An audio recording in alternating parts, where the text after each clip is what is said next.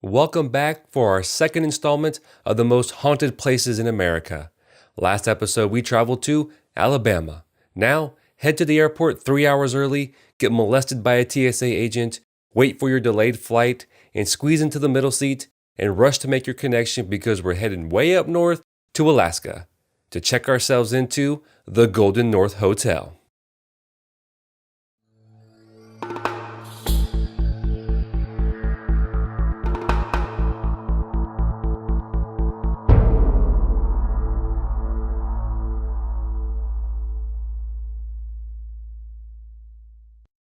The Golden North Hotel is located in Skagway, Alaska.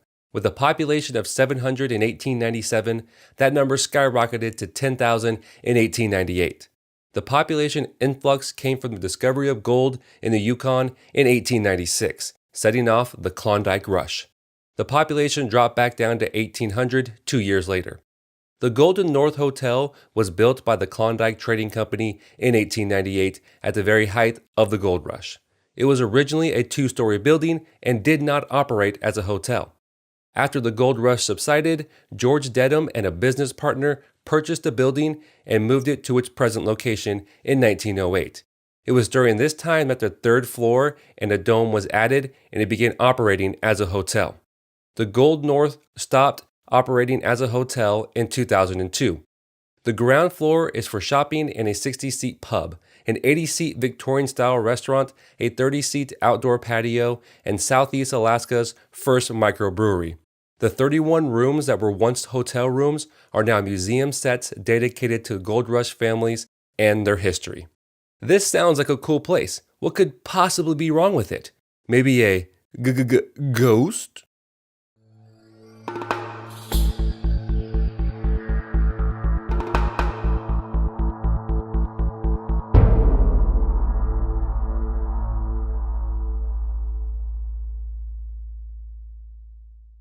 There are 2 alleged hauntings at the Golden North Hotel. The most popular is that of a ghost named Mary. The story goes that a prospector by the name of Klondike Ike traveled to Skagway to try his luck. After doing pretty well for himself, he sent for his fiancée Mary. Upon arriving in Skagway, he got her a room at the Golden North Hotel, staying in room 23.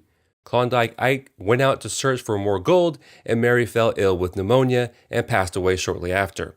It is claimed she can still be seen waiting patiently for her true love to return, and that she is the source of several disembodied voices. The second haunting is said to be in room 14. People have reported that a brilliant light can be seen in the room late into the night and early in the morning, just before dawn. It has been described as a sparkling orb and doesn't appear to be threatening. Is there any evidence to these claims? Well, let's find out. I want to pause and take a minute to tell you about all the ways you can support this show. First, you can like the Facebook page at facebook.com/Paranormal Skeptic Academy. Second, you can subscribe to the YouTube channel at youtube.com/P-Skeptic Academy. Third, you can follow me on Twitter at CWeb619. Fourth, you can leave a review for me on iTunes, Stitcher, or any other podcatcher. And finally, you could become a paying member by simply going to patreon.com/PSA or paranormalskepticacademy.com/registration. For as little as $1 a month, you will get exclusive members-only episodes each and every month.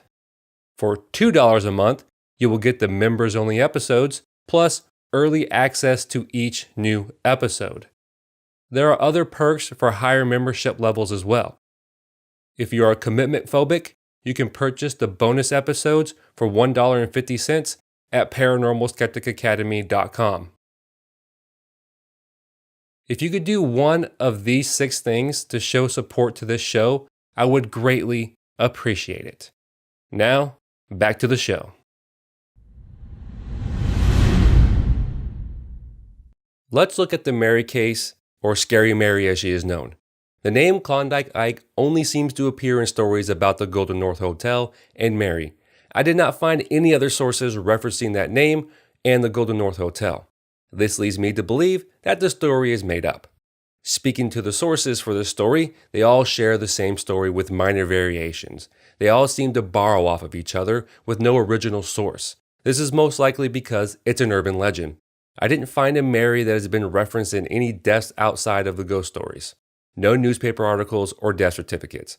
Finally, the timeline is off. The Golden North Hotel wasn't a hotel until after 1908, and the gold rush occurred from 1897 to 1898. At this time, it wasn't operating as a hotel. Mary and Klondike Ike could have come later, but it doesn't seem likely. So as far as the haunting goes, there's no historical evidence to put a woman named Mary into a hotel to die and become a ghost. For the magic ball of light in room 14, we once again don't have any photo or video evidence of said ball. What most likely is happening is some sort of reflection. Since it tends to happen late at night and early in the morning, my best guess is moonlight or the early morning sun reflecting off some object which causes this optical illusion. Since we know orbs to be bunk, this is not some type of magic orb, as stated in the story.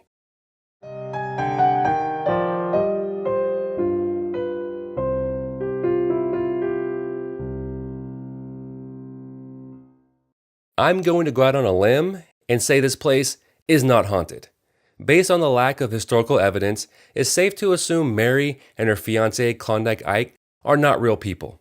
The Golden North Hotel is a cool historical landmark, and the town surrounding looks like a really cool place to visit.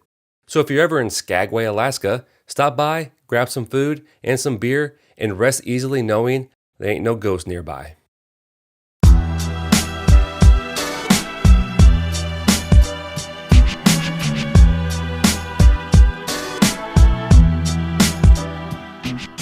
This has been Paranormal Skeptic Academy Shorts. If you like what I do, head on over to patreon.com/PSA, and for as little as $2 an episode, you can help support my efforts. Each patron will receive the video version of the normal episodes, along with a special RSS feed to add to your favorite podcatcher. Be sure to follow me on Twitter at cweb619. Send me feedback at paranormalskepticacademy@gmail.com. Like the Facebook page, and leave me a review on iTunes and Stitcher.